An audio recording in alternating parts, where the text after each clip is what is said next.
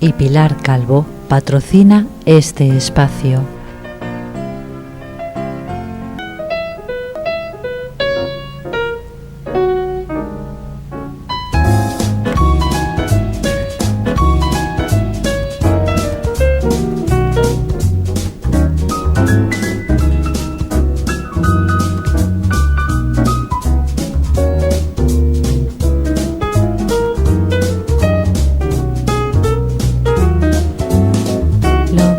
De cada casa. Buenas noches, como siempre, bienvenidos. Vamos a hablar un rato con una persona invitada, vamos a conocerle, vamos a conocer su disciplina, su trayectoria. No muchas veces, yo creo que es la primera vez que a este programa viene un arquitecto. No sé si ha venido en otra ocasión, no lo recuerdo. Él no es simplemente ese arquitecto, sino que es doctor en arquitectura. Se llama Carlos Herrera Gil. Buenas noches, Carlos. Buenas noches, Paco. Muchas gracias por la invitación al programa. Bienvenido. Tú tienes tu estudio en San Pedro Alcántara, pero no sé si eres de San Pedro. De San Pedro y nacido en San Pedro. Sanpedreño auténtico. Sanpedreño de los pocos que creo que podemos decir que autóctono del sitio. Eres profesor de la universidad también. Sí, ahora estoy simultaneando ahora mismo parte de clases con el trabajo del estudio. Cuéntanos cómo fue tu infancia. Pues estupenda. Estupenda. Bueno, yo no me puedo quejar. No me faltaba de nada, muchos amigos, el colegio pues muy bien. San Pedro era un pueblecito más pequeño, es verdad que era todo un poquito distinto. Hoy parece que la vida está como muy acelerada. Fue una infancia muy, muy buena.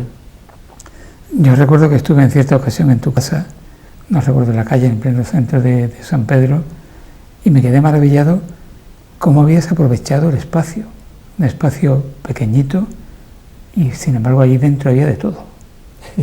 Un arquitecto tiene una manera de ver el espacio muy diferente al común de los mortales, ¿no?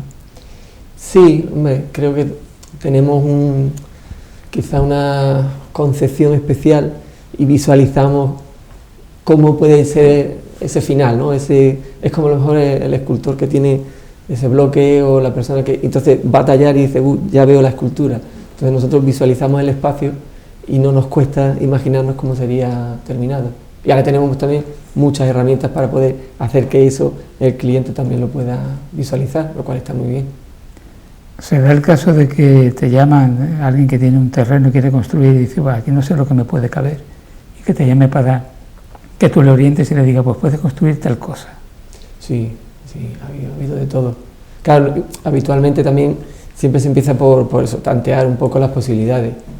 Si es un terreno, por ejemplo, pues analiza urbanísticamente qué es lo que se puede hacer, y una vez que ya sabes tu envolvente, digamos, tu volumen teórico, pues ya ahí empieza a desarrollar una idea en función de lo que el cliente también quiere. Siempre te proponen algo, o estilo moderno, o estilo clásico, o una mezcla, o te dejo que hagas lo que quieras, y a partir de ahí desarrollamos. ¿En qué momento tú sientes la llamada de la arquitectura? ¿En qué momento dices, mi profesión va a ser esta? Pues mira, esa pregunta es interesante, porque verdaderamente recuerdo una conversación con mi padre.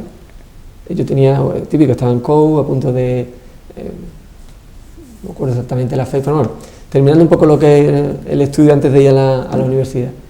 Y estábamos allí charlando y tal, ¿y qué vas a hacer? ¿Qué no vas a hacer el año que viene? Y tal y cual. Y yo decía, pues mira, no sé, porque me gustaba mucho la parte técnica, yo ya iba lanzado algo técnico. De hecho, en ese año pues estuve con la asignatura de dibujo a tope, iba por algo técnico claramente. Y entonces él, así como muy desenfadado, dice, bueno, podrías hacer arquitectura técnica. Y él un poco pensando en la idea de algo que durara, que tenía menos duración que arquitectura técnica, y yo le dije, muy así, muy lanzado, digo, pues para hacer arquitectura técnica me voy a meter directamente a hacer arquitecto. Claro. Y él dijo, vale. Después me confesó, tiempo después, que como que se asustó un poco cuando le dije que iba a lanzarme a la carrera grande, por así decirlo. Pero bueno, luego con empeño y con tesón, al final salió todo bien. El arquitecto técnico es lo que antes se llamaba aparejador. Sí. Bueno, claro, es que para estudiar arquitectura uno de entrada piensa, este tiene que ser un coco, porque hay que saber mucha matemática y tener una capacidad mental de gran agilidad para ser arquitecto. Hay que tener cabeza, hay que tener cabeza. Efectivamente son muchas disciplinas y ya no es incluso, efectivamente también matemáticas, física, etcétera, etcétera, pero hay muchas disciplinas también más que van por la rama del dibujo, de lo que comentábamos antes, ¿no? De visualización del espacio, asignaturas de proyectos. Entonces realmente es muy, muy amplio el campo que se abarca, el campo que abarca un arquitecto de conocimiento. Y de hecho tenemos no sé cuántas asignaturas en los 6 años que yo hice de carrera. ¿En tu familia había antecedentes? No, de arquitectos no hay, ni de arquitectos técnicos. ¿A qué se A mi dedicaba? padre, perdona, Paco, a mi padre le gustaba también el tema del dibujo técnico, pero no tenía nada de tipo de carrera o... ¿A qué se ha dedicado tu familia? Pues mi padre, que falleció hace ya muchos años, estuvo un tiempo trabajando, cuando estaban aquí en San Pedro, estuvo trabajando en Bansa, una época bastante grande. Pero antes incluso, cuando era más joven, mi padre estuvo de profesor de dibujo artístico. Pintaba muy bien, tenía muchas manos, mucho talento hacía muchos cuadros, óleo, acuarela, se le daba muy bien, la verdad. Entonces quizás de ahí me viene algo de la genética. El arquitecto es un artista. La arquitectura se puede ejercer como algo utilitario, pero también como verdadera creación artística a la altura de otras disciplinas. Sí, eso por descontado. Ya no es solo concebir un espacio o concebir un elemento arquitectónico, pero hay mucho de composición, hay mucho efectivamente de arte. Claro, ya tenemos muchas vertientes ahí en la arquitectura.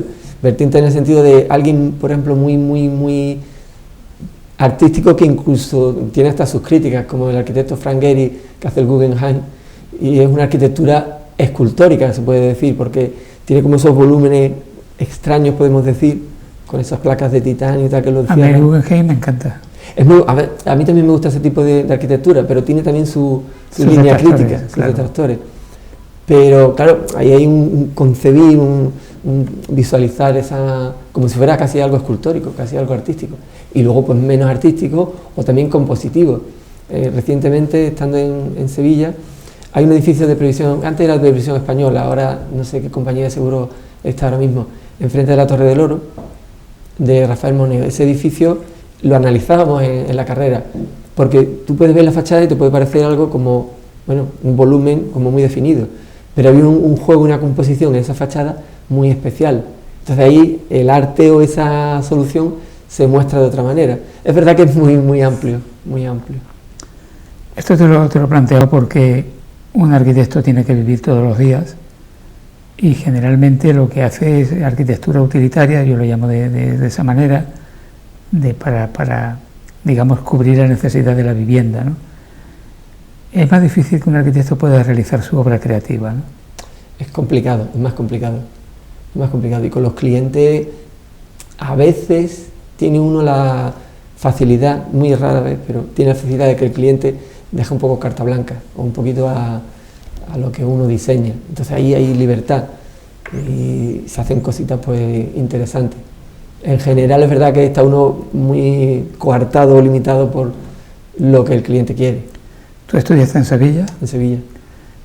¿Recuerdas cuál fue tu primer proyecto tras finalizar la carrera?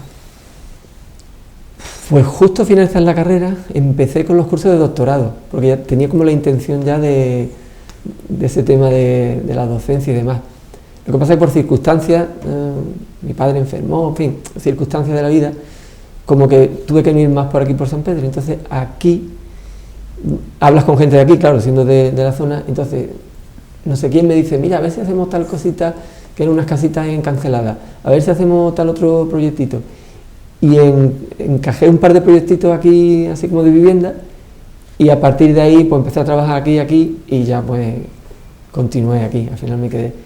Terminé esa parte primera del doctorado, y ahí lo dejé en stand-by, por así decirlo, lo dejé parado, hasta que el destino, muchos años después, estando en Málaga, buscando, fue circunstancial, buscando un libro por un tema de un cálculo de estructura de un de un muro que quería hacer y tal.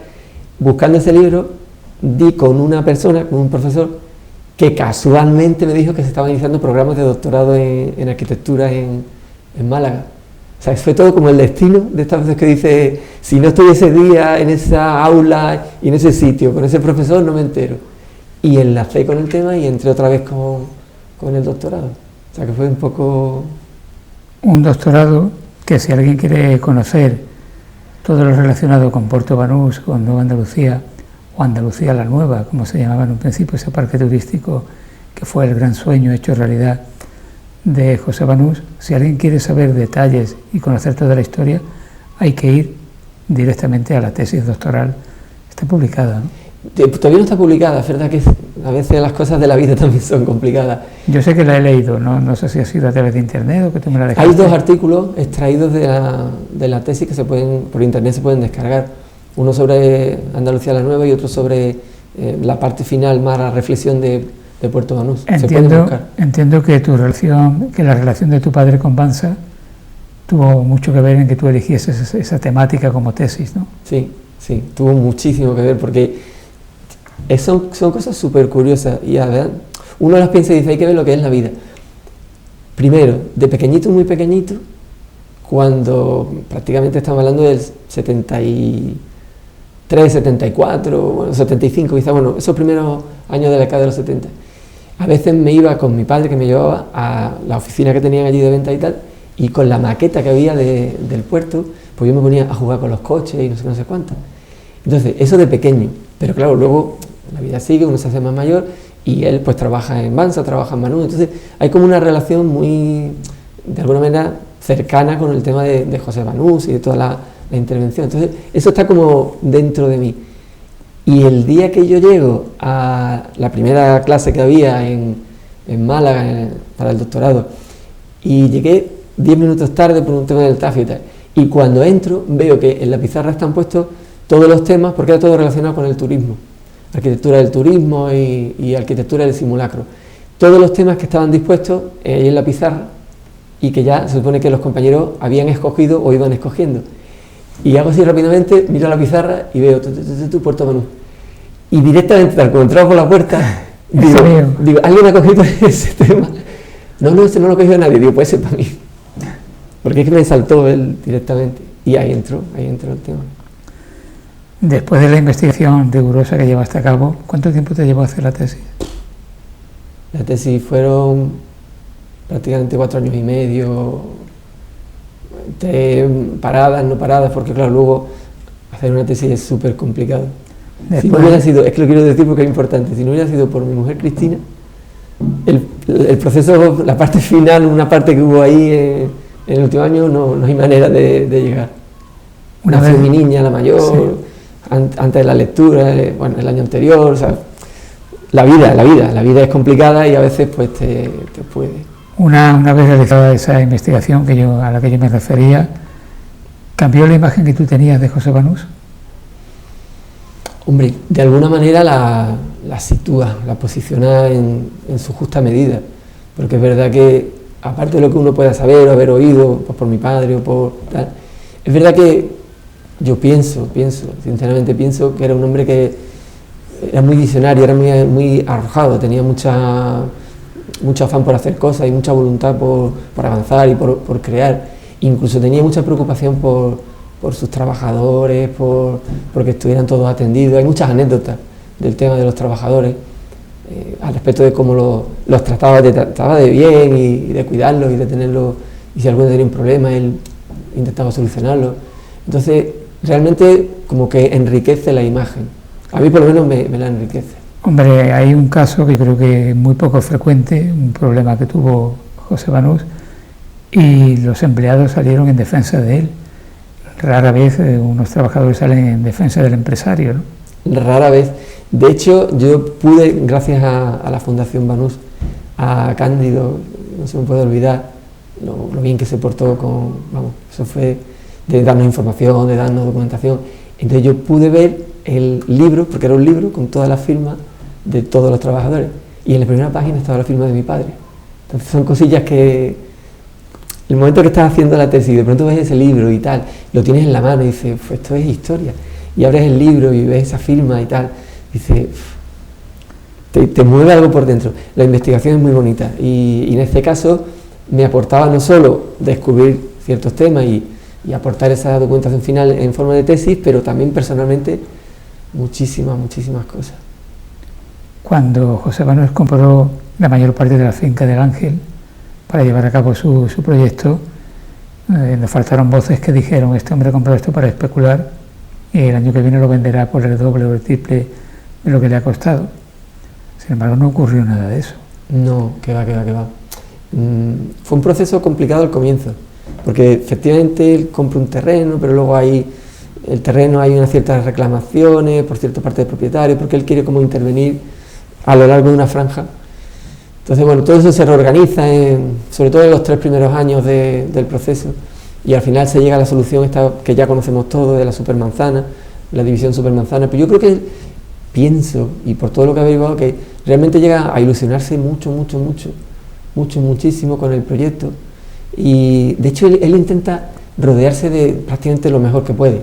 Intenta hablar con Antonio Lamela, arquitecto súper famoso de la época, para ciertas intervenciones, lo intenta enfocar desde un punto de vista de la arquitectura moderna, con lo que le llama el corazón de la ciudad, con una imagen también muy especial.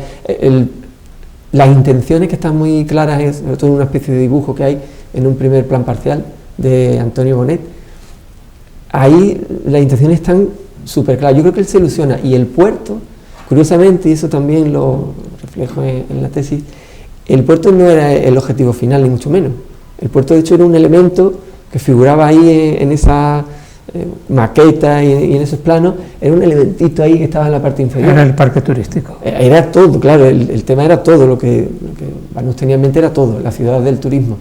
Entonces, luego, claro, las cosas van cambiando y al final el puerto toma casi más relevancia que la intervención global que quería hacer.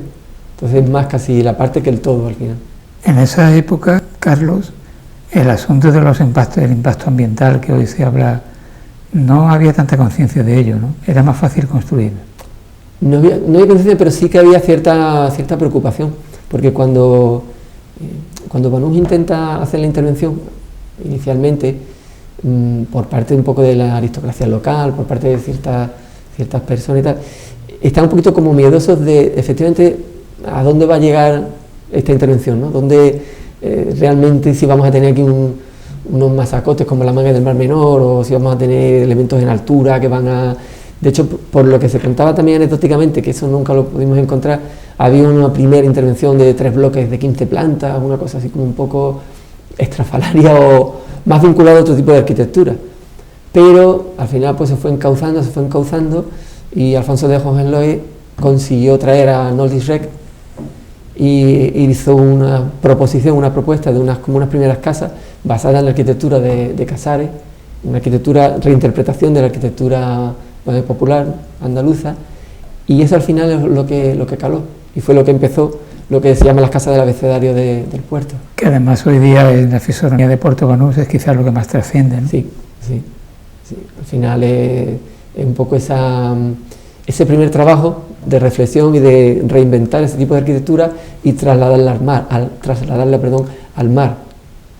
¿Tú crees, Carlos, que la vinculación de alguna manera de José Banús con el régimen franquista le ha perjudicado a la hora de ser valorado? Es delicada también esa pregunta. Está claro que tuvo facilidades. Está claro que tuvo algún tipo de... Bueno, cuando intervino en Madrid, hizo muchas intervenciones, el barrio del Pilar, edificios aislados, San Blas, tuvo un montón de intervenciones. Estuvimos también visitando en Madrid para documentar. Entonces, todo eso, claro, fueron de algún modo facilidades, pero bueno, la historia al final es lo que es, y al final la persona también es un compendio de cosas. ¿Tuvo facilidades? Pues sí, seguramente tuvo facilidades, como hoy en día, pues no sé quién puede tener facilidades, pero lo que ha intentado y lo que hizo, ahí queda. ¿Se puede entender la figura de José Banús sin reparar en la de su mujer, Pilar Calvo? Bueno, están muy vinculadas, pero están muy vinculadas, porque es verdad que también aparece muchísimo, luego la fundación también aparece muchísimo, una figura también importante a su lado. Pero claro, la faceta más de empresario o de persona con arrojo, pues es quizás más de él que de ella, pero es verdad que estaba muy vinculado. En la tesis, de hecho, también hay referencias a la figura de ella. Con respecto a la época en que se llevó a cabo el Parque Turístico de Andalucía la Nueva y después pues, el puerto, la plaza de toros, el casino, con respecto a la arquitectura que se hacía en aquella época, ¿dónde podríamos situar a esta infraestructura? ¿Cómo se colocaría? ¿Qué significado tendría? Pues mira, esa pregunta también es súper interesante, es muy curioso, porque con esa reflexión la tuve también con el director de tesis un montón, al respecto de el punto de la historia en el que estábamos, donde Venturi, que es un arquitecto bastante famoso, Venturi publica un libro que se llama Complejidad en contradicción en la arquitectura, y Venturi es un arquitecto que va a favor del posmodernismo. Entonces, Venturi va en contra de lo que representaba Mies van der Rohe. Mies van der Rohe era un arquitecto clásico de otra década anterior, y entonces decía, Mies decía menos es más, y Venturi decía menos es aburrido. Entonces Venturi iba totalmente en lo contrario, pero en un punto donde la arquitectura realmente estaba intentando derivar a otra cosa, donde Venturi está con todo este tema del posmodernismo y otro tipo de concebir la arquitectura menos en un estilo y más en una ruptura, en ese punto lo que se escoge y lo que Puerto Banús es la reinvención de esa arquitectura de Casares, esa arquitectura popular andaluza, y esa encima además es la imagen que se va a proyectar hacia el extranjero, porque al final Puerto Banús se hace internacional y esa imagen es la que se proyecta. Entonces se proyecta una imagen muy autóctona, curiosamente, cuando la arquitectura estaba por otros derroteros completamente distintos. Es muy interesante eso. ¿Tú crees que eso que se ha hablado algunas veces de ampliar Puerto Banús, eso se llevará a cabo en algún momento o sería viable hacerlo? Hombre, viable, bueno, hoy por hoy, claro, ya se hace complicado. Había un proyecto de ampliación que también tuvimos ocasión de tenerlo y para documentar en la zona hacia Marbella, pero al final no se llevó a cabo. Ya desconozco por qué ese no se llevó a cabo al final. Físicamente, bueno, es que estamos ya, claro, en el día de hoy con miles de leyes, costas, no sé qué. La intervención en sí, bueno, ¿sería viable? Sí, supongo que sería viable. ¿Sería algo exitoso? Bueno, quizás ya desde otra perspectiva distinta, porque también estamos en otra época distinta. Es como tener lo emblemático o lo históricamente asentado con una tipología y ahora pues, a lo mejor crear otra cosa en un lateral. Bueno, puede funcionar. A ver, tenemos un ejemplo también muy claro, ¿no? En el Museo del Louvre, la intervención de la pirámide de cristal. Entonces, tan polémica en su momento, ¿no? Madre, claro, muy polémica, muy polémica. Pero sin embargo, es ahora el icono del museo y está por todas partes. La típica, el triángulo de la proyección de esa pirámide de cristal. Entonces, al final dice, bueno, ¿se puede o no se puede? Y si se puede, realmente es importante o interesante, puede que sí. El Plan General de Ordenación Urbana de Marbella, ¿lo conocerán nuestros descendientes? ¿O eso es tarea casi imposible? Qué difícil eso, Paco, qué difícil es eso. ¿A los arquitectos como tú le han pedido opinión? Bueno, hay abierta y muchos debates y se nos pide opinión a través de distintos medios y luego también cualquier persona puede aportar o hacer cualquier sugerencia que luego pues, se pueden o no tener en cuenta en función de... Pero es verdad que son procesos muy lentos. La administración también tiene sus tiempos, en fin, es complicado. Esperemos que sí, que lo veamos lo antes posible. Es que parece como lo de la llegada del tren. A este paso nos ponemos como la llegada del tren. Que por cierto, ¿tú crees que realmente hay intención de traer el tren? ¿O forma parte del debate político crónico, enquistado y recurrente, pero que un fondo de realidad no hay? Es otro tema complicado, porque además recuerdo... No, yo te estoy poniendo cosas fáciles, te estoy poniendo un examen dificilillo para matrícula.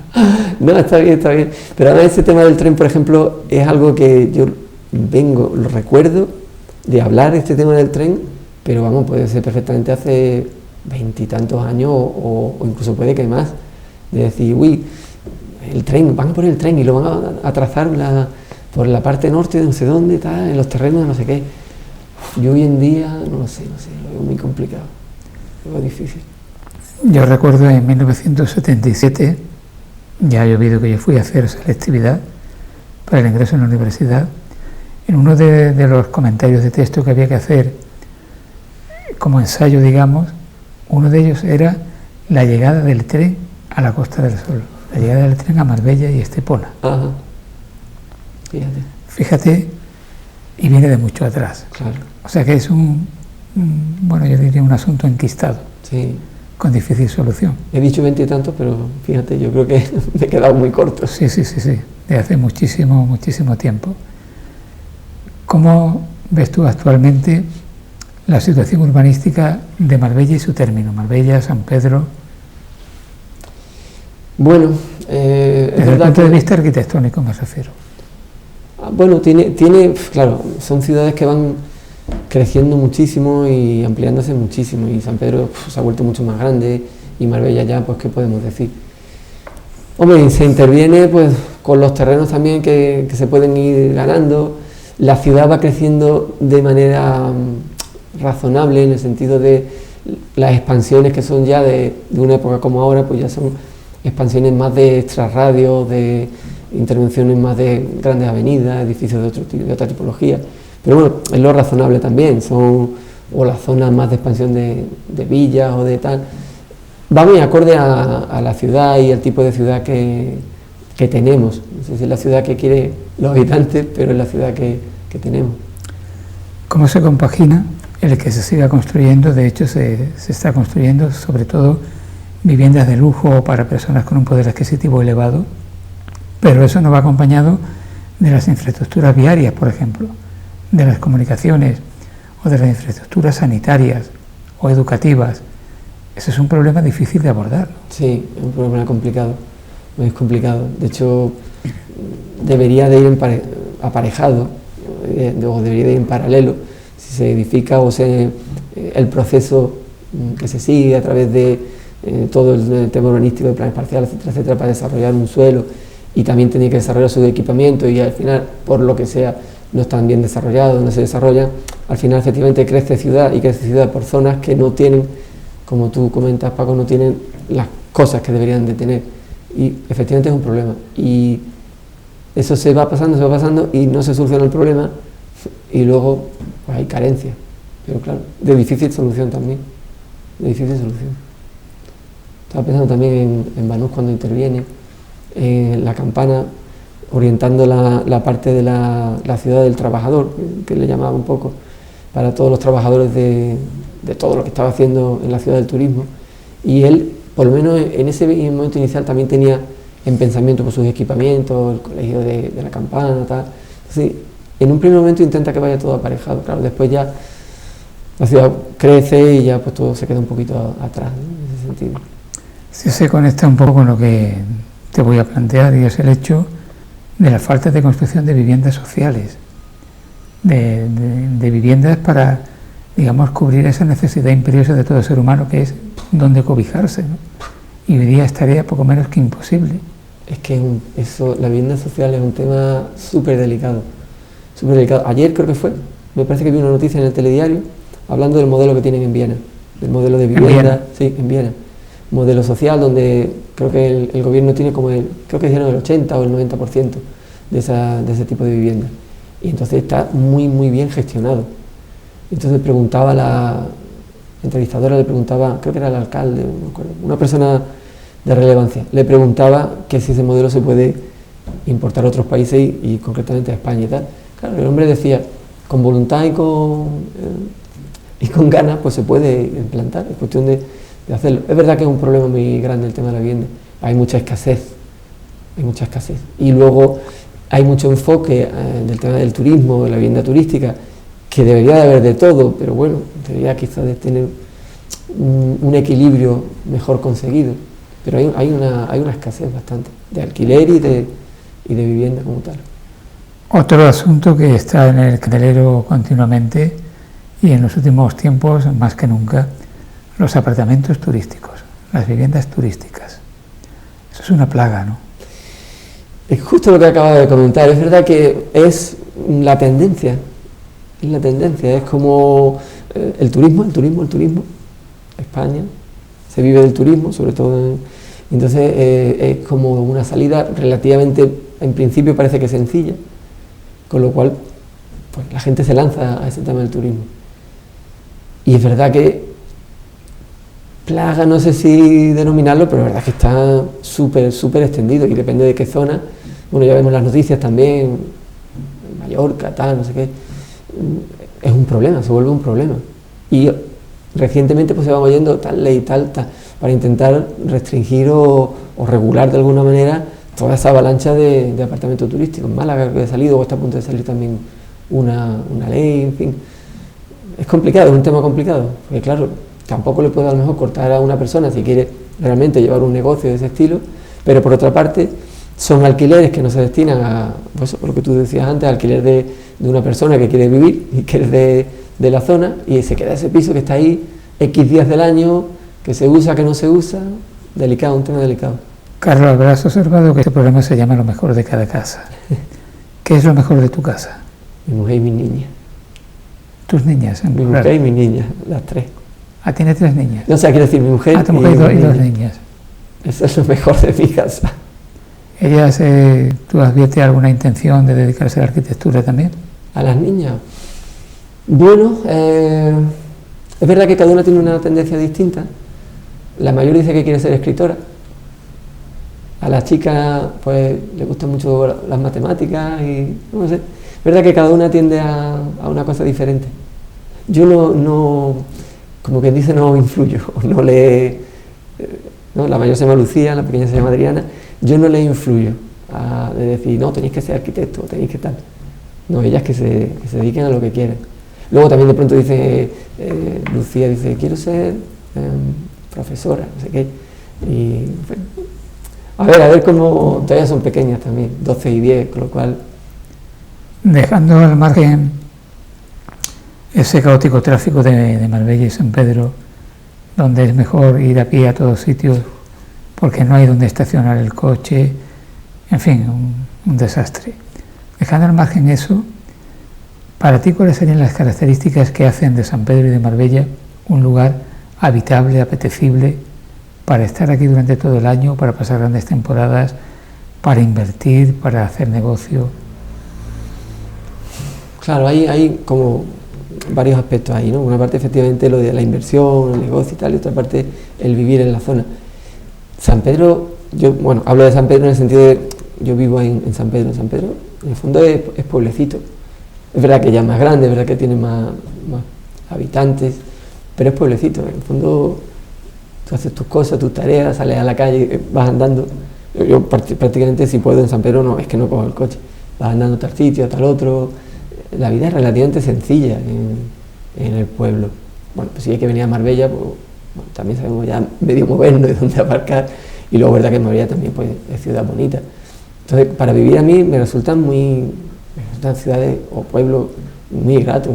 El día que tienes que ir por X motivos a Madrid, que recientemente hemos ido, o a Sevilla y tal, vale, es otro tipo de vida.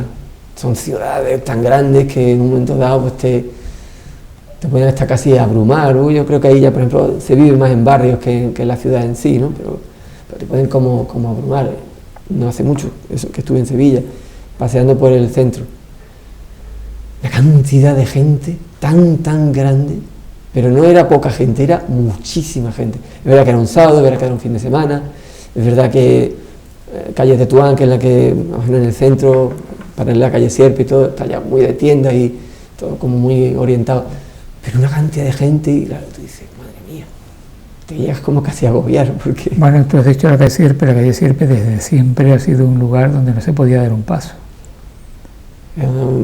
Son sitios del centro, ¿no? Pero yo quizás lo recordaba, vale, con gente de otras épocas, pero es verdad que concretamente ese sábado que estuvimos fue como, wow, qué cantidad de gente. Carlos, ¿cómo está siendo tu experiencia docente como profesor de la universidad? Muy bonita. muy bonita. A mí me encanta la docencia, me gusta muchísimo, muchísimo. El trato con los alumnos, intentar conectar con ellos, intentar, claro, que aprendan la asignatura, lógicamente, porque al final el objetivo es intentar que ellos no aprueben y tal. Muy, muy bonita, una experiencia muy, muy interesante también. Si gusta, la verdad es que llena muchísimo, muchísimo. Tú tienes una cara demasiado amable para ser profesor de la universidad. ¿Qué asignatura das? Pues doy resistencia, este cuatrimestre resistencia de materiales y el cuatrimestre siguiente será prácticas de estructuras metálicas, o sea, porque voy variando según cuatrimestre. Y algún alumno me dice, cuando ya me conoce un poco, es que tienes cara de buena gente. ¿De mala gente? De buena gente. Ah, de buena gente. Y yo digo, pues no lo sé, pero en cierta medida uno intenta ayudar. A lo mejor se trasluce de alguna manera ese intento por ayudar. Es que no siempre en la universidad el profesorado intentó ayudar a los alumnos. Yo sé que esto no es muy correcto decirlo, porque hay gente que le cae mal, pero siempre en la universidad hubo profesores huesos, que creían que por ser huesos eran más importantes. Y yo creo que eso es un error. Yo tuve de todo en la carrera, tuve de todo. Profesores buenísimos, pero buenísimos de verdad, de quitarse el sombrero, tanto como profesor, como enseñaba, como por el trato, y otros profesores que era para decir, mira, no sé qué le pasa a este hombre, pero no debería de estar ahí. Es verdad, no debería de estar ahí. Y sin embargo, bueno, ahí estaba. Últimamente, a raíz sobre todo de esta catástrofe trágica de las inundaciones en el País Valenciano, yo creo que todos nos hemos familiarizado con personas especializadas que hablaban de la necesidad de que los arquitectos certificasen que esos edificios estaban a punto de colapsar, ese era el término, colapsar, o no, entiendo que colapsar es venirse abajo, que se iban a caer. Sí. Un arquitecto, cuando llega a un lugar que ha sido asolado, como en este caso por una inundación de gran calibre, ¿en qué se apoya? ¿Cómo detecta si ese edificio está bien o se puede caer en cualquier momento? ¿Cuál es la técnica que se lleva a cabo? Un poco en la línea de lo que estás preguntando, si llega, y en el momento que llega, el análisis primero es visual, lógicamente, ¿no? Es decir, posibles daños por ejemplo, en la fábrica de ladrillo, ¿no? La típica, pues, ¿qué daños tiene? Si tiene una rotura de grieta tal, pues movimiento tal. Si tiene una rotura de otro tipo, hay otro tipo de movimiento. Y luego puede entrar y analizar la propia estructura del edificio. Pues si es de hormigón, a ver si hay algún tipo de fractura o algún tipo de repercusión más grave en la propia estructura. Pues si es metálica, pues otra cuestión. Entonces, al final, visualmente, porque claro, en un análisis rápido lo que hace es un análisis visual, ves cómo, ves cómo está esa edificación. Y luego, claro, si hay que profundizar más, pues hay que hacer ensayos, y hay que hacer otro tipo de cuestiones para poder llegar a otro resultado. Pero inicialmente es algo como un análisis visual. A mí la verdad es que no me gustaría estar en ese lugar porque hay una responsabilidad enorme. Un arquitecto que diga este edificio no se va a caer. Sí. Y que después se caiga. Claro, no, eso es... Si yo me viera en esa tesitura y yo tuviera que hacer un análisis de la posibilidad de ruina o colapso de un edificio, efectivamente no es un proceso de llego y lo miro y ya ese mismo día digo que está o que no está para caerse, ¿no? Llegas, analizas, ves X cuestiones, a lo mejor tienes que hacer ensayos, a lo mejor tienes que hacer otra serie de historias y al final pues llegas a una conclusión. Claro, si el edificio está muy mal, de que se ve una inestabilidad casi latente o algo, a lo mejor ya directamente dices, mira, desalojarlo porque es que esto a lo mejor se cae en 2 días. Pero también es complicado en una evaluación visual llegar a la conclusión de que se va a caer inmediatamente. Y generalmente cuando un arquitecto ve que un edificio está en malas condiciones, ¿acostumbran a tener solución o directamente hay que demolerlo? Normalmente todo suele tener solución. Normalmente. Llegar a la demolición ya son casos muy extremos y tiene que ser algo realmente, quizás digamos generalizado en la estructura o algo, o que se ve que va a afectar en un futuro a la estructura. Por ejemplo, no sé, imagínate que 4 o 5 plantas de un edificio también y ahora las 2 últimas, por haber tenido más movimiento o lo que sea, están afectadas, muy afectadas, y ahora se puede colapsar y venir abajo el edificio, ¿no? Estoy poniendo una hipótesis. Entonces, claro, ya depende un poco de el caso concreto. ¿Se puede hablar de una arquitectura propia de Marbella o de la Costa del Sol? Sí, sí, quizás hay una respuesta en una tipología de arquitectura reflejada entre arquitectura turística y arquitectura también como una especie de tradicional de la zona. Es una tipología mezclada, tampoco una tipología al 100%, pero bueno, hay arquitectos concretos que a lo mejor desarrollan su obra con un estilo especial y tal, entonces dice, esto es de arquitecto famoso, ¿no?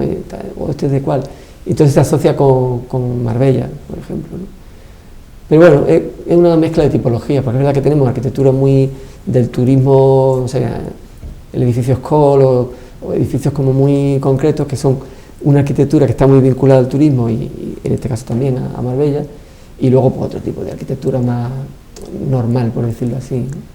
Cuando un arquitecto entrega un edificio terminado o cualquier tipo de obra que se le ha encargado, ¿ya se desliga totalmente o sigue manteniendo como un cierto derecho intelectual o de autoría sobre ese edificio?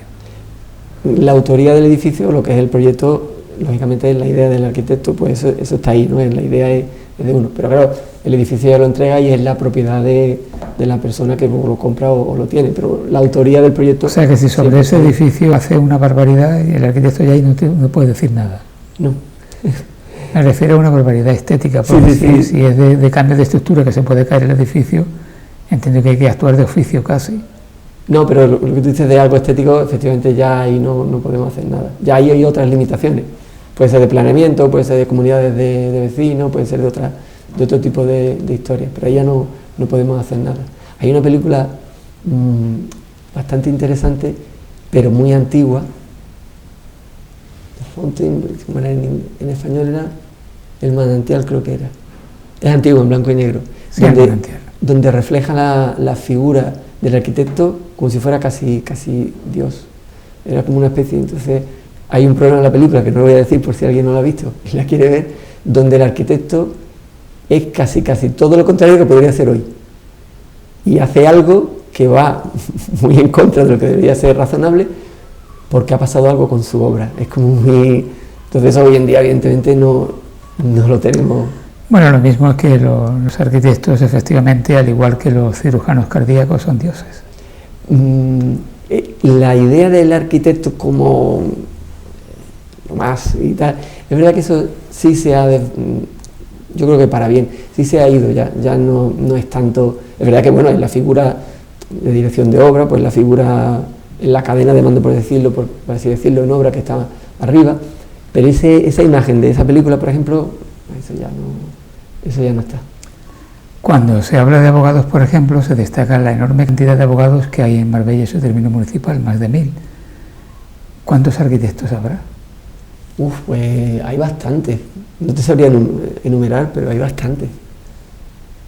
Que, hombre, al final es verdad que nos conocemos todos, hombre, tanto como 1000 desde luego, no, pero bueno, bastantes sí hay.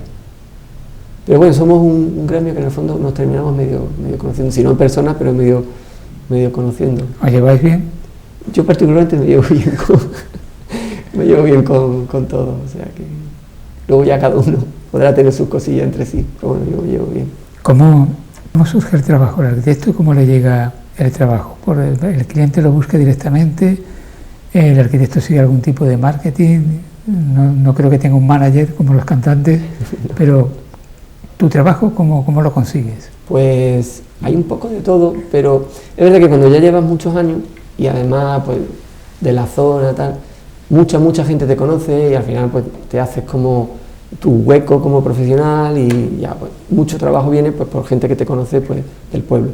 Otro trabajo viene por gente a la que se le ha hecho cosas, se le ha terminado, se ha hecho trabajo en condiciones como no tiene que ser y entonces ya pues te recomienda y alguien pues viene, no, fulanito me ha dicho que vosotros hacéis esto y lo otro y que sois buenos y no sé qué.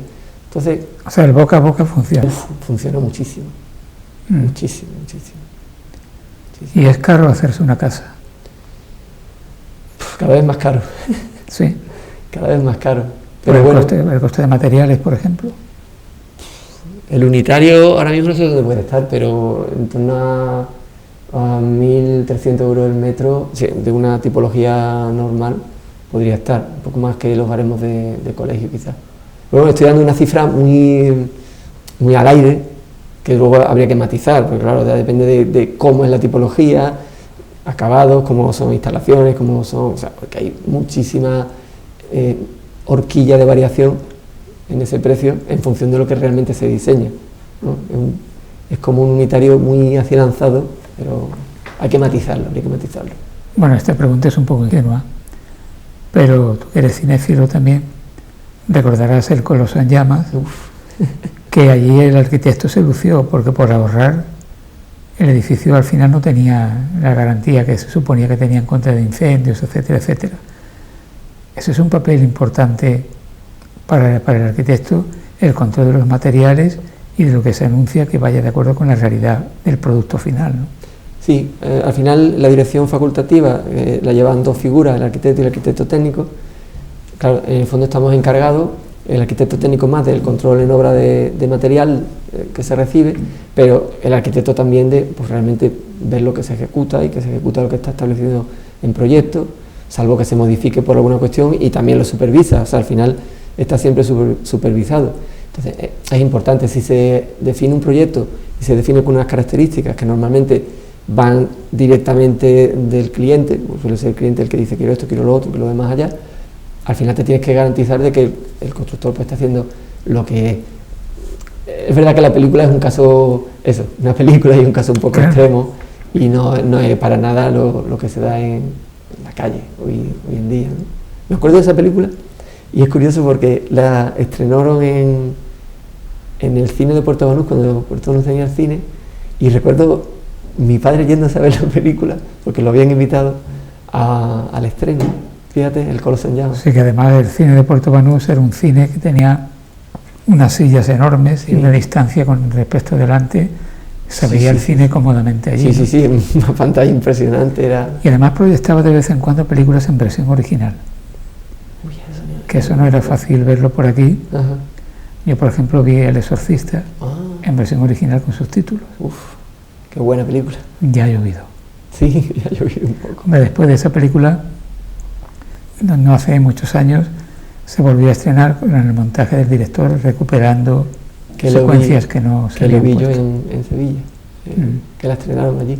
Pero bueno, ya había visto la original también. Pues mira, hablando de cine, una película que para ti haya sido importante o que te haya gustado muchísimo.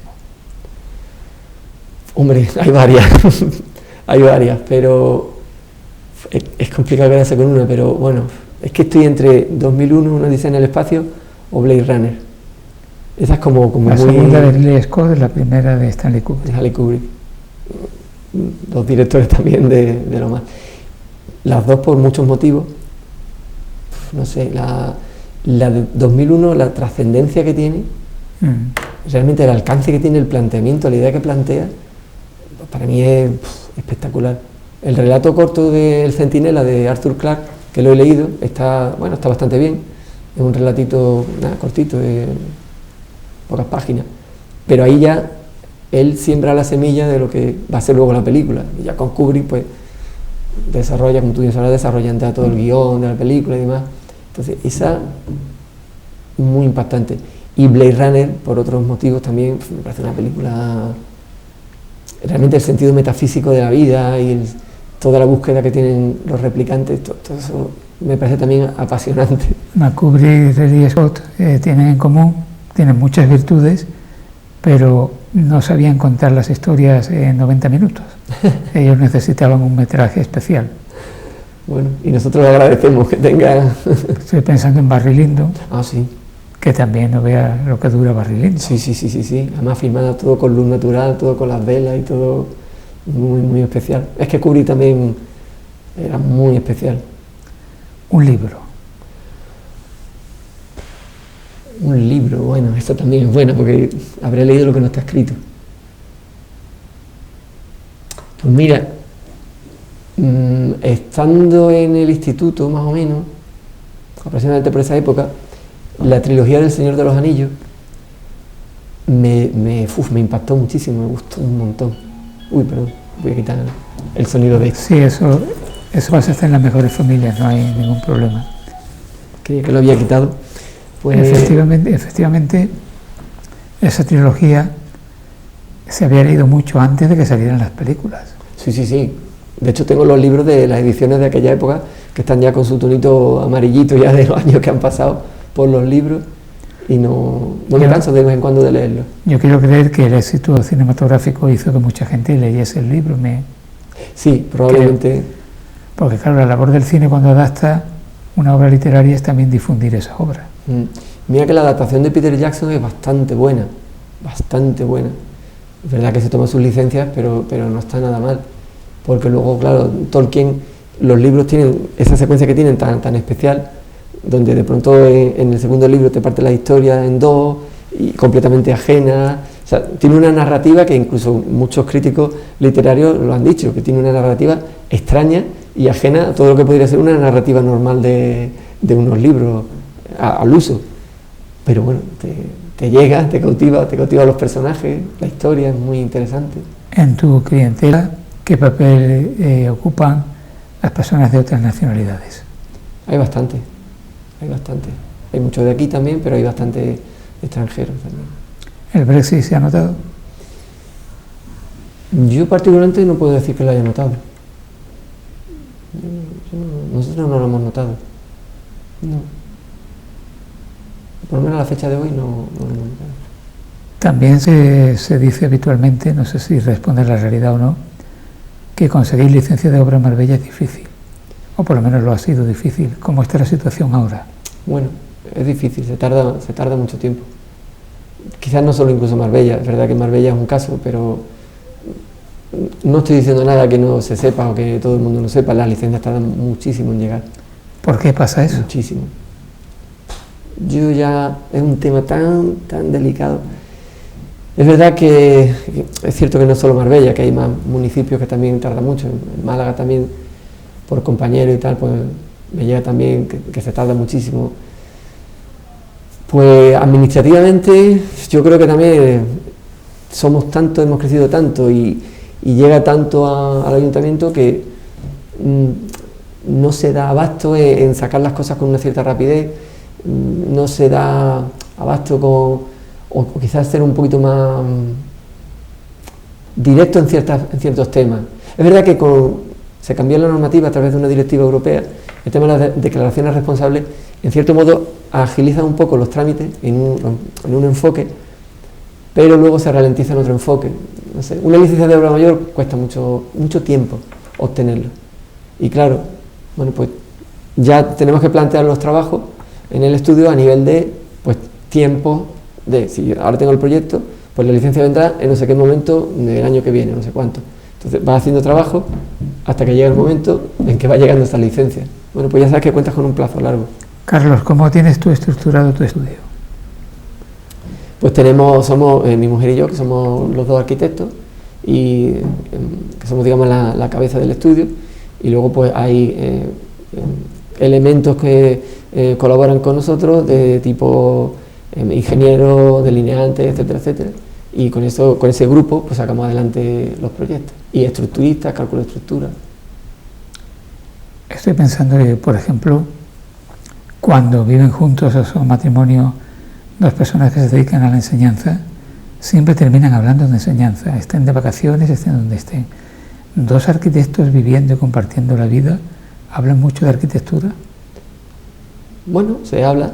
No es, claro, hay tantísimas facetas que realmente no ocupa tampoco un porcentaje muy grande del tiempo, pero bueno, también se habla de arquitectura. Pero bueno, es muy amplio todo lo que hay. Está el tema de que si otros trabajos que dentro de la son distintos, que si tema de las niñas, tema de colegio, tema no sé qué, en fin, hay un montón de espectros. La arquitectura está ahí, pero no es tampoco el tema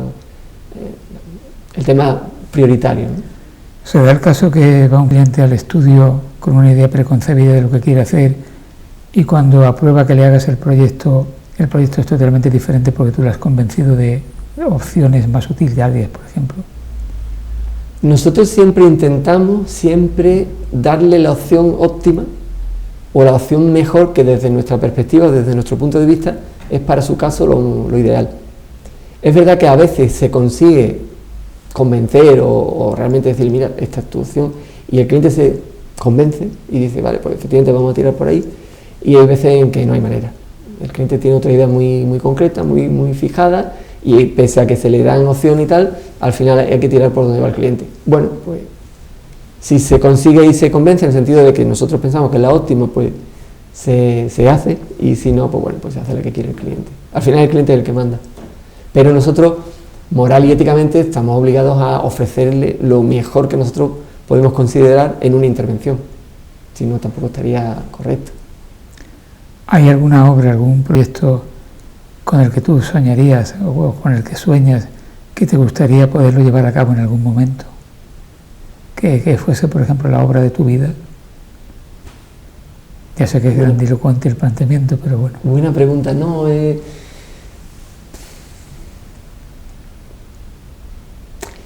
Como tal, realmente no he llegado a soñar en algo concreto. Es verdad que las intervenciones que se puedan hacer de casas singulares o de a lo mejor una intervención singular de un elemento urbano, ya sea por ejemplo un edificio de vivienda, un teatro, algo como muy especial. Bueno, eso siempre está ahí, por así decirlo, ¿no? Es como el elemento que dice, si algún día pues diseño un teatro, ¿no? O algo como muy especial. Pero bueno, son entelequias, ideas mentales que tiene uno ahí que al final pues supongo que no llegarán, pero bueno, mientras tanto pues uno sigue ahí. Le hemos puesto literatura, le hemos puesto cine. Nos falta ponerle música a esta banda sonora. ¿Qué música le ponemos? ¿Maniobras orquestales en la oscuridad? Bueno, esa podría ser una. O me gusta mucho Vangelis, me gusta mucho, bueno, Jean-Michel Jarre también. Luego también me gusta otro tipo de música, lógicamente, ¿no? Más fiestera o más normal, por así decirlo, ¿no? Pero bueno, Maniobras también me gusta mucho. Ese otro grupo musical lo llevo viviendo desde que era pequeño, desde que sacó el disco de Arquitectura y Moralidad. Bueno, Arquitectura y Moralidad fue el primero que yo tuve, pero tenía un disco previo a ese, que luego también lo conseguí, 2 discos previos a esos 2, y también los conseguí en su momento, los compré en su momento, y ya por los que vinieron después. Ese grupo también fue muy vanguardista, intentó heredar mucho de la música que hacía electrónica, que hacía Kraftwerk y grupos de ese estilo, y lo intentó adaptar a su estilo particular, y la verdad es que consiguió cosas muy interesantes. De hecho tuvo un disco que se llama Dazzle Ships, Barcos Deslumbrantes, que en su momento la crítica no lo entendió, para nada, y luego con los años el disco es un clásico prácticamente. ¿Tú entiendes el reggaetón? Lo puedo escuchar, pero la verdad es que no soy de reggaetón, lo reconozco. Se ha quedado en ritmo exclusivamente el reggaetón, en ritmo. A mí no me... Mira que por ejemplo soy muy salsero, me gusta mucho la salsa, bailo salsa y merengue, y soy muy de ese estilo, pero ya el reggaetón se me ha ido mucho. Pero es que la salsa y el merengue tienen melodía, tiene letra. El reggaetón ya... Que vamos, que respeto a quien le guste el reggaetón. Sí, yo estoy hablando de mí propiamente, ¿no? Yo ahí no entro, pero bueno. Carlos, ha sido un placer hablar contigo, porque se puede hablar de todo. Eso es importante. Además, en estos momentos, más que nunca, dialogar de todo sosegadamente, porque vaya crispación social que tenemos todos los días. Muchas gracias, te digo, Paco, por la invitación, y encantado de haber hablado. Y efectivamente, voy a terminar con una cosita, una frase o una reflexión. Es cierto que hoy en día hay una crispación tremenda. Es cierto que hay como un nervio, una cosa tremenda. Es cierto que parece que las personas no se paran a escuchar. Parece que las personas solo quieren hablar, y escuchar es tan importante como hablar o más. Y a mí particularmente me gusta mucho escuchar.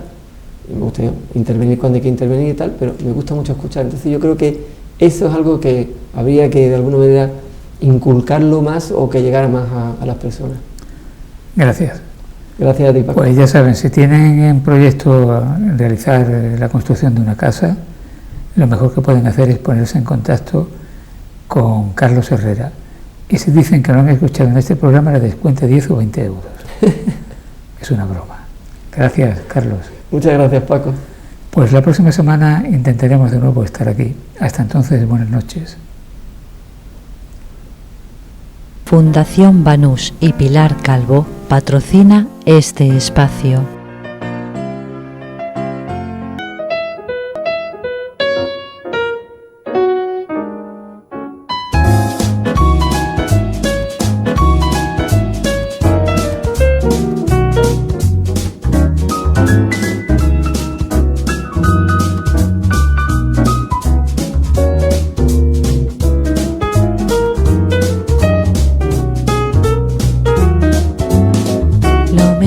De cada casa